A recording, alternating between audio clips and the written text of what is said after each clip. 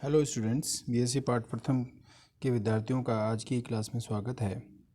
देखिए, जनरली परमाणु के आपसी सहयोग से या पारस्परिक सहयोग से आयनिक सहसंयोजक बंध, उप सहसंयोजक बंध और धात्विक बंध बनते हैं या वो बनाते हैं। ठीक है।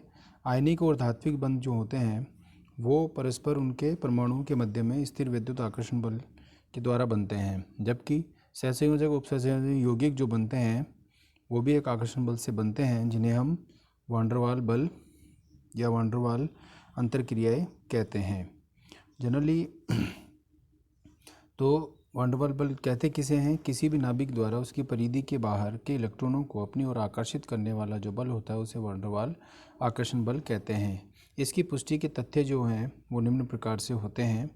देखिए, यदि ये आकर्षण बल नहीं होता तो यौगिक जो है वो द्रवित अवस्था में या ठोस अवस्था में नहीं पाए जाते। ठीक है, या नहीं होते। ठोसों को जो गैसों की जो आदर्श व्यवहार से विचलन है वो इसी बल के द्वारा होती है। इसी प्रकार से जूल थॉमसन इफेक्ट जो है वो गैसों में नहीं पाया जाता। जूल थॉमसन इफेक्ट क्या है? गैसों को जब प्रसारित किया जाता है तो उसके आकर्षण बल के विपरीत कोई कार्य करना पड़ता है गैसों के अणुओं को, और वो कार्य जो है ऊर्जा के रूप में कमी लाता है, और उस ऊर्जा में जो कमी होती है वो उससे टेम्परेचर में भी कमी आती है। इसलिए गैसों का जो टेम्परेचर है वो कम हो जाता है। तो ये जो जूल थॉमसन इफेक्ट ये नहीं होता। दूसरा जो है बॉइलिंग पॉइंट और मेल्टिंग पॉइंट जो है वो कम नहीं पाया जाता। ठीक है। तो इस प्रकार से वान डेर वाल जो फोर्सेस हैं उसकी पुष्टि हम करते हैं। अब देखिए, ये जो वान डेर वाल फोर्सेस जो होते हैं इसकी उत्पत्ति होती है तो इसमें निम्न प्रकार से इनके टाइप्स पाए जाते हैं, जैसे कि तात्कालिक द्विध्रुव प्रेरित द्विध्रुव आकर्षण, मतलब instantaneous dipole induce dipole attraction. तो जनरली जो है उदासीन जो अध्रुवीय अणु होते हैं उनके में किसी क्षण इलेक्ट्रॉनों की विशेष स्थिति होने के कारण उनमें क्षणिक द्विध्रुव प्रेरित होता है, और वो जो इंड्यूस्ड डाइपोल होता है वो किसी दूसरे जो अणु होता है उसके समीप आने पर उसमें भी द्विध्रुव उत्पन्न हो जाता है, और इस प्रकार से दोनों के मध्य आकर्षण बल होता है जिसे कि हम लंदन फोर्स या डिस्पर्सन फोर्स भी कहते हैं। तो EL equal to -3/4 I A² upon R6। I यहाँ पर आयोनाइजेशन एनर्जी है, A यहाँ पर एटॉमिक रेडियस है, और R यहाँ पर इंटरन्यूक्लियर डिस्टेंस है। जनरली जो लंदन फोर्सेस जो हैं वो आणविक आकार और इलेक्ट्रॉन की संख्या बढ़ने पर इसका मान बढ़ जाता है। दूसरा है आयन इंड्यूस्ड डाइपोल अट्रैक्शन, मतलब आयन के द्वारा डाइपोल का बनना। तो किसी भी आयन या द्विध्रुव में आवेश स्थायी होता है, और जब कोई उदासीन अणु उसके समीप आता है तो वह प्रेरित होकर के द्विध्रुव में परिवर्तित हो जाता है, और इस प्रकार से दोनों के मध्य में आकर्षण बल होता है। तो यहाँ पे मैंने डायग्राम में दिखाया है कि जो आयन है चाहे वो धनावेश हो चाहे ऋणावेश हो, किसी उदासीन अणु के उसके नज़दीक आने पर उसमें इंड्यूस डाइपोल या डाइपोल इंड्यूस हो जाता है।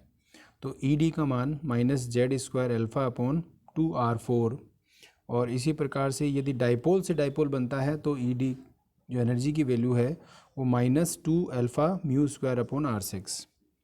तो Z यहाँ पर आयनिक आवेश है, अल्फा जो है अणुओं की पोलराइजेबिलिटी या ध्रुवणता है, और म्यू जो है वो अणु का द्विध्रुव गुण है। तो इस आकर्षण के कारण ही जो ध्रुवीय यौगिक है वो अध्रुवीय विलायकों में विलयशील हो जाते हैं, और इसकी व्याख्या हम करते हैं। तीसरा है आयन डाइपोल अट्रैक्शन, आयन द्विध्रुव आकर्षण बल।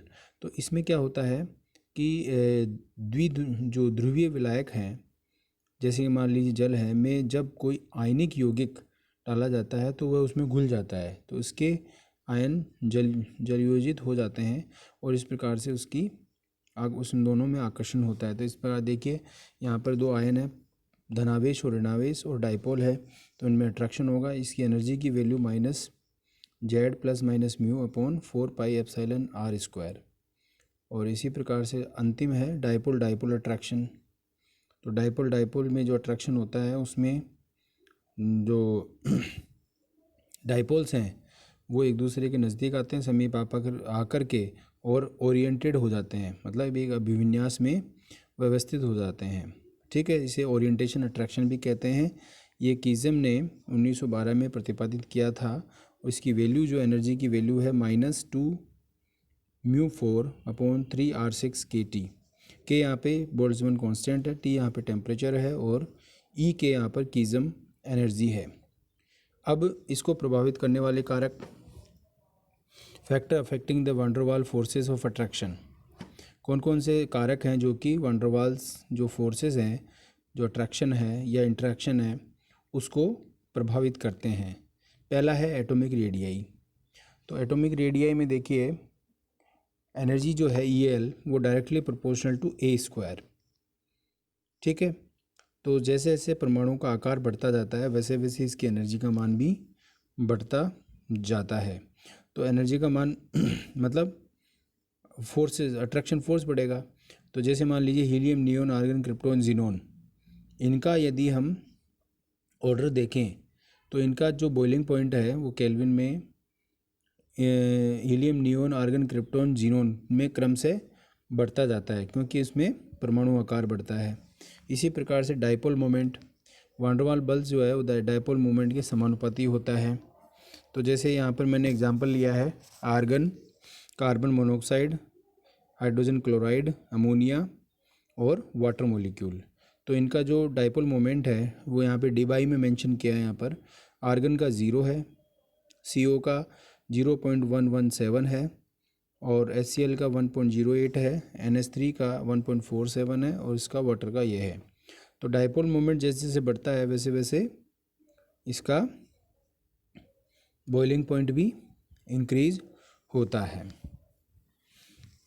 नेक्स्ट है इंटरमोलिकुलर डिस्टेंस। दो अणुओं के मध्य में जितनी कम दूरी होती है उनके मध्य उतने ही प्रबल आकर्षण बल होंगे। ठीक है, इसी प्रकार इसलिए ठोस और द्रव और गैस मॉलिक्यूल होते हैं। पोलराइजिबिलिटी, तो ध्रुवणता, वैन डर वाल बल जो है वो अणुओं की ध्रुवणता के समानुपाती अनुक्रमानुपाती होता है। इसी प्रकार टेम्परेचर के व्युत्क्रमानुपाती होता है। तो ये इसके प्रभावित करने वाले कारक हैं। और हम अब आगे देखते हैं इंक्लूजन कंपाउंड्स, अंतर्निहित यौगिक। देखिए ये किसे कहते हैं? यदि किसी यौगिक के क्रिस्टल लेटिस में के छिद्रों में किसी अन्य पदार्थ के अणु फिट हो जाएं और उनके मध्य किसी प्रकार की कोई रासायनिक अभिक्रिया या उसके उन दोनों अणुओं के बीच में, मतलब जिसमें जो फिट हो रहा है वो और जिसमें फिट हो रहा है वो, दोनों के मध्य में किसी प्रकार बंध ना बने और किसी प्रकार की रासायनिक अभिक्रिया नहीं हो, तो उन कंपाउंड्स को हम अंतर्निहित यौगिक कहते हैं। ठीक है, तो क्रिस्टल लेटिस के जिसमें छिद्र हैं उनको तो होस्ट कहते हैं और जो उन छिद्रों में घुस रहा है या उसमें फिट हो रहा है उनको हम मेहमान कहते हैं। तो ये जैसे मान लीजिए एक प्रकार के होते हैं चैनल या कैनल कंपाउंड्स। तो इसमें क्या होता है कि जो जैसे मान लीजिए कुछ यौगिक जो हैं वो सीधी जो है जैसे मेज़बान अणु है, वो मेज़बान अणु इस प्रकार से व्यवस्थित होते हैं, जब उनका क्रिस्टलाइजेशन करते हैं तो इस प्रकार से व्यवस्थित होते हैं कि उनके मध्य एक लंबी वाहिका या चैनल या कैनल रिक्त स्थान बन जाता है और उसमें लंबी श्रृंखला वाले, मतलब ब्रांच नहीं हो, सीधी श्रृंखला वाले एल्केन्स, एल्कोहल्स, एल्डिहाइड्स आदि उसमें जो है उसके अंदर फिट हो जाते हैं और जो ब्रांच है वो अलग हो जाते हैं। तो इस प्रकार से हमने जैसे एग्जांपल लिया कि यूरिया का क्रिस्टलन करते हैं और उसमें सीधी श्रृंखला वाले एल्कल, एल्कोहल, एल्डिहाइड उसके अंदर क्रिस्टलन करते हैं, तो उसके अंदर हाइड्रोजन बॉन्डिंग के द्वारा नहीं, इसमें यूरिया का क्रिस्टलन करते हैं तो उसके अंदर एल्कोहल जो जैसे मान लें एल्केन के मॉलिक्यूल्स हैं, एल्कोहल के मॉलिक्यूल हैं, एल्डिहाइड के मॉलिक्यूल्स हैं, वो उसके अंदर फिट हो जाते हैं। तो इसमें क्रिस्टलन करते हैं तो यूरिया के मॉलिक्यूल्स में अणुओं में हाइड्रोजन बॉन्डिंग के द्वारा एक नली बन जाती है, उसके अंदर ये सीधी श्रृंखला वाले फिट हो जाते हैं। और जो ब्रांच्ड वाले हैं, जो शाखित हैं, ब्रांच्ड एल्केन्स हैं या एल्कोहल्स है या एल्डिहाइड है वो उसमें फिट नहीं हो पाते, इस प्रकार से उनको सेपरेट हम कर सकते हैं। दूसरे प्रकार के होते हैं ये क्लेथरेट कंपाउंड्स। जो क्लेथरेट कंपाउंड है उसमें क्या होता है कि चैनल कंपाउंड में तो एक नली बनती है, क्लेथरेट कंपाउंड में कुछ जो है वो छिद्र रह जाते हैं, उन छिद्रों के अंदर कोई दूसरा जो गेस्ट मॉलिक्यूल है वो उसके अंदर फिट हो जाता है। तो इस प्रकार से इनका क्रिस्टलन होता है कि जैसे मान लीजिए यहाँ पे एग्जांपल लिया है मैंने क्विनोल।